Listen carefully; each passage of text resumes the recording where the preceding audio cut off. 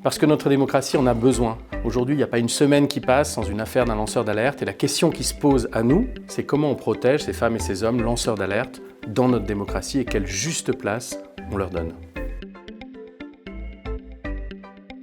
Un lanceur d'alerte, c'est d'abord une femme ou un homme qui a du courage et qui accepte de s'exposer, de prendre des risques pour divulguer une information concernant un crime, un délit ou une atteinte à l'intérêt général ou à l'environnement. L'enjeu, c'est bien de protéger ces femmes et ces hommes qui font preuve de ce courage-là.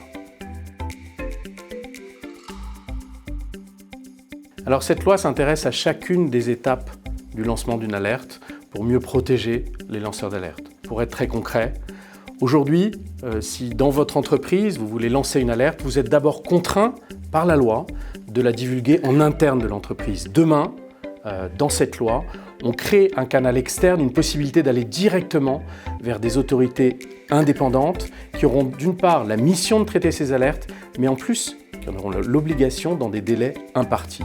Donc ça, c'est le premier exemple. Et puis deuxième exemple, c'est une loi qui pénalise les représailles qu'on peut mener contre les lanceurs d'alerte et qui du coup, c'est bien l'essence de la loi, c'est de protéger le David contre le Goliath et le lanceur d'alerte contre des intérêts qui pourraient l'écraser.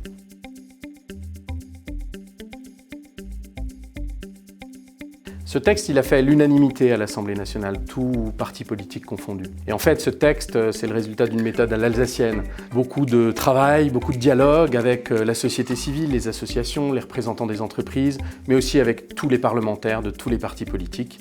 Et je crois que c'est le signe du fait que chaque député a conscience que la protection des lanceurs d'alerte devient un véritable marqueur dans nos démocraties modernes.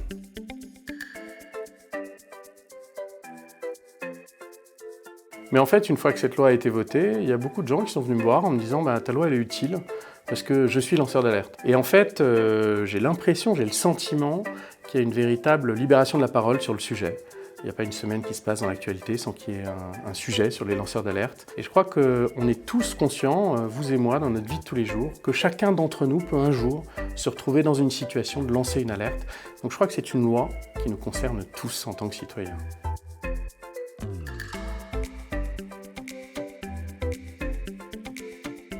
Une entreprise aujourd'hui, c'est une entreprise transparente, qui a confiance dans ses salariés et qui considère qu'un salarié qui remonte une alerte a toute sa place dans l'entreprise et au contraire, il participe de la logique de la responsabilité de l'entreprise et de la responsabilité sociétale de l'entreprise. Ça concerne l'environnement, toutes les atteintes aux droits, toutes les problématiques qui peuvent exister.